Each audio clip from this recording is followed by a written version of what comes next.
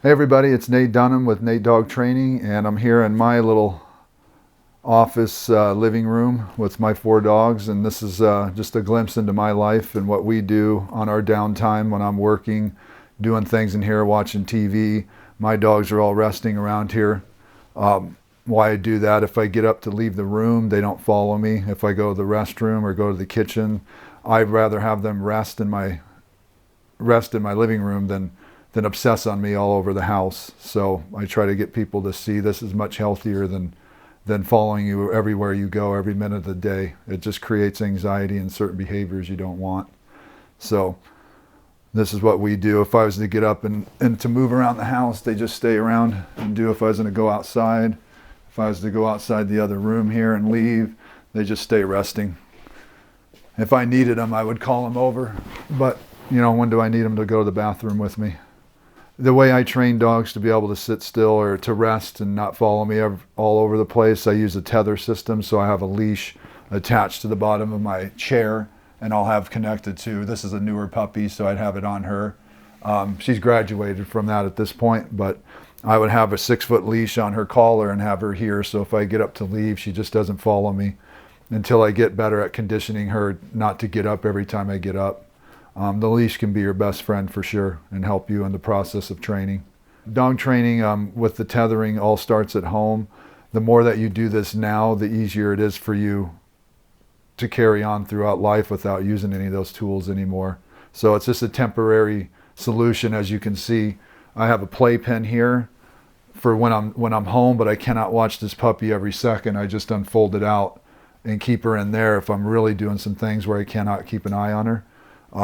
I use a crate for overnight and when I'm not home. And these are training tools, just like a leash when I'm in home would be tethered to my chair, or I'd hold it in my hand until I get, so she can't go around and make mistakes and have accidents or chew on things I don't want. So all these things are training tools that will be gone. All this stuff is just temporary.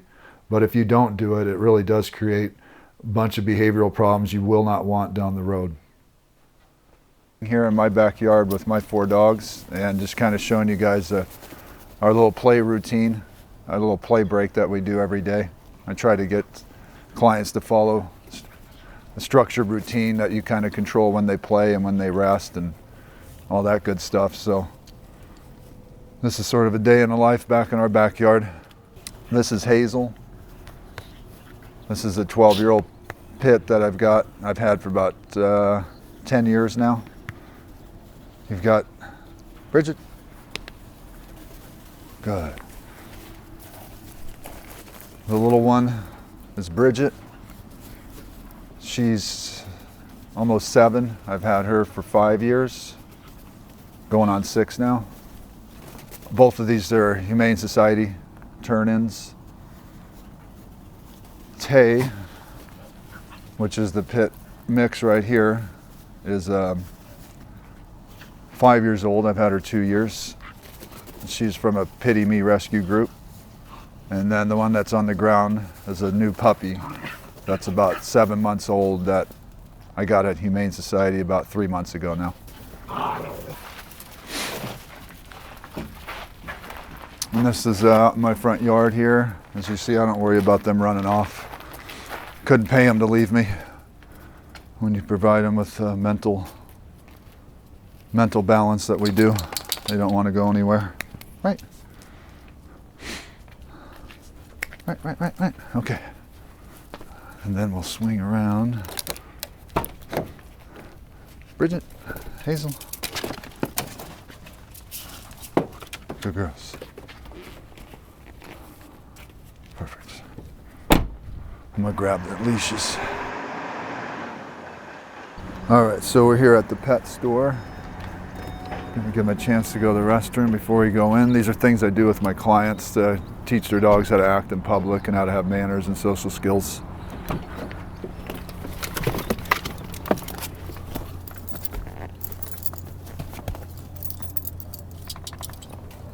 Okay. So as you can see, I don't need a leash on the 3, but the puppy's new, so hasn't graduated to that point yet.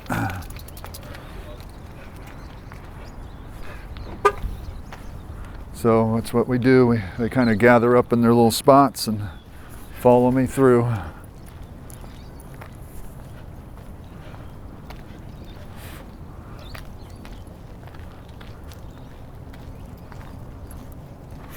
Come on.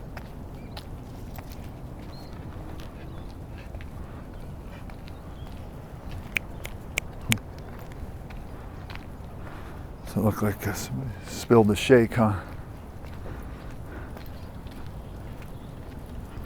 Talk about how often you do this.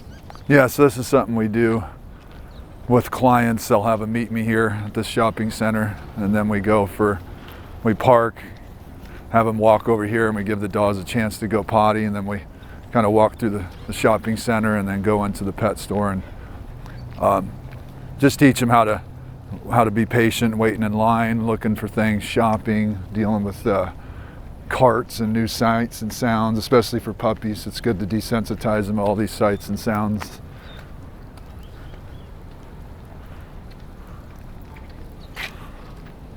So we'll wait for this car to pass by. It's good training for your dogs to stand still, learn how to be patient.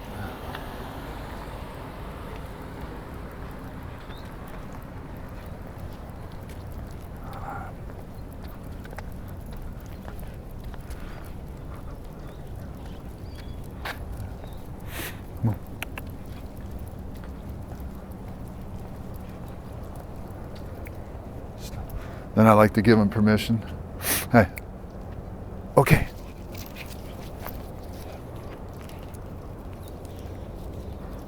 She ran right to the sun, that little one. All right, so I'm gonna go ahead and put them on their leashes now. And I've pretty much conditioned them to certain sides. So the little one's always on my right, puppy's on my left. Hazel, this one I'm leashing up now, is usually kind of falls in behind us, find a spot, and then Tay she used to be on the left before the puppy got here, so she kind of tries to find a spot too. So I just tether them off though, go hands free, except for the puppy. So it's good that you guys get to see me doing some work too. All right, so that's the importance of bringing them out to public places like this, is just to help them learn how to handle situations that they can't control, whether it's people coming in and out of stores, people coming with shopping carts, noises, sights, sounds, smells even. So it's just to desensitize them so you can take them more places and they can accept, no matter what's going on in the world, that they can, whether it's farmers markets or sports or whatever you want to do with them. And they're just really reliable in public when you train them. I'm just gonna wait.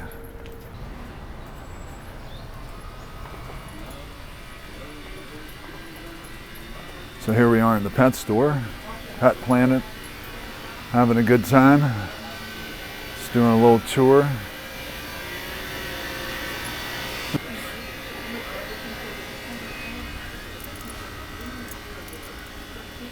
And then what we do,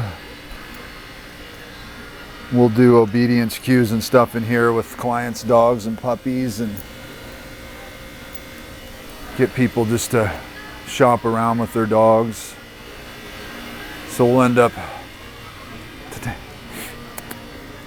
standing around in here, giving people directions on stuff to do, whether it's some extended stays in these busy environments or some recall games. But the goal is to not have a leash at some point.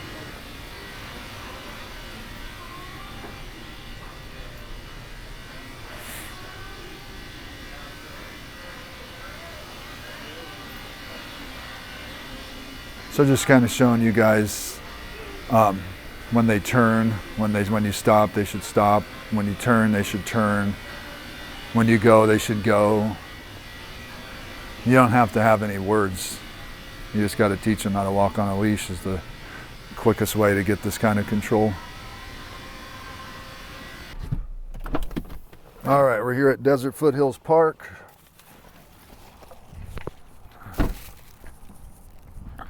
Doing some long leash training.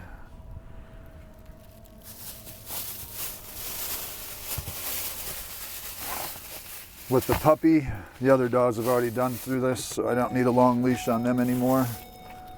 So this is my long leash for the puppy.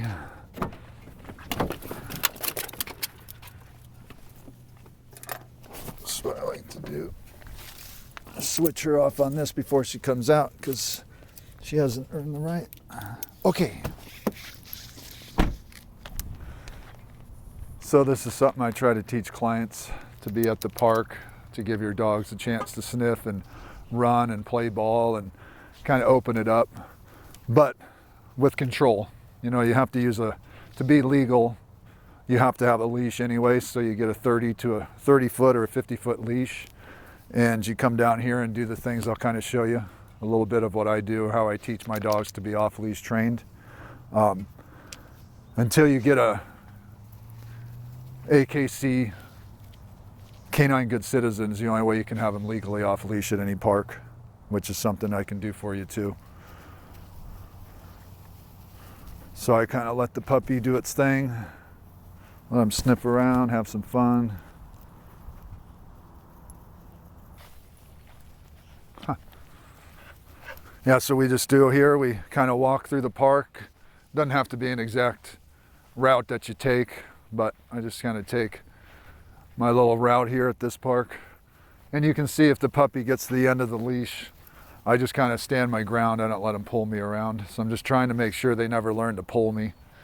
If there's nobody around and it's quiet, if I have to drop the leash occasionally, as long as I know I can step back on it, I'll let that happen too. Like that. Knowing that she's just going to the tree. This stuff's easier to train too when you have other dogs that are already trained to listen off leash. It makes it a lot easier. Yep, so we never take the fun away. We just try to do it in the right order. So we give them structure and routine, and then give them their freedoms when it's time. So the playtime in the backyard, at the park, and then you give them their mental drainage through a daily walk where they walk next to you, controlled. We always want to have fun with the dogs, but just like people, we also have to go to work, and we have our, as children, which they're equivalent to a 2-year-old human, just like children going to school, they have to go to class before they go to recess. So that's what all this stuff's about. It's not about not having fun. It's just about, dogs are happier when they have a job, when they have a purpose, and that's what leash training is all about, giving them a purpose and then giving them rewards like this to sniff and to feel free and build up the recall. And it's good that they know the difference. You want your dogs to know when to turn it on and off. That way you can control their excitement when you're in certain situations, that, especially in public, where you can't have them partying every second, where you need to be able to control their excitement. And so leash training them and then giving them their places to do it will teach them that. Yeah. Get her, Bagel, get her. Get her. So right here, this is great training. So I'm just going to show you what I would do when they're out there. This is more about the puppy, but I'm going to use the treats to make sure I make a positive to always coming back to me when I call them. Holly. Hazel. Come on. Good girls, yeah. Good girls. So did you see, that's the part that I'm working with the puppy, that's why I didn't say the word come until I knew she was going to come. I just waited for the other dogs to get here because she still was trying to figure me out too of what I want. So, thank you. Oh, you look so cute. I better give you another one. That's for being cute. Being cute. And being a minion. There you go, kid. Okay, stay.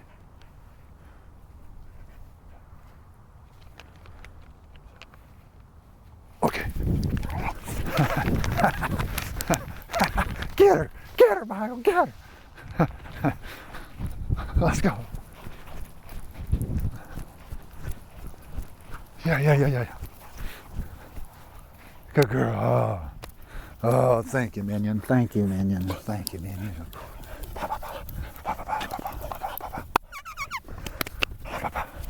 Hazel. Go get him. Go get him. Go get him. So now we're ready to leave the park, and I just shorten the leash up on the puppy now and walk out of here controlled. But the other ones know when it's time to go. They just know, and I start walking with a purpose. They know it's time to follow, and they just kind of get in line.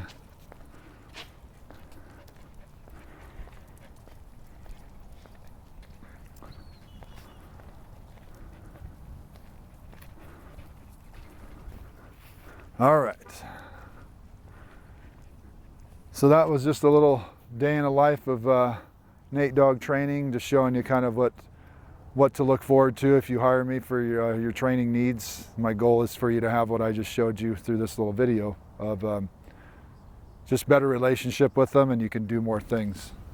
So we'll load them up. Bridget, and they got their own little order. Okay. Okay. And that's our little deal. Cool.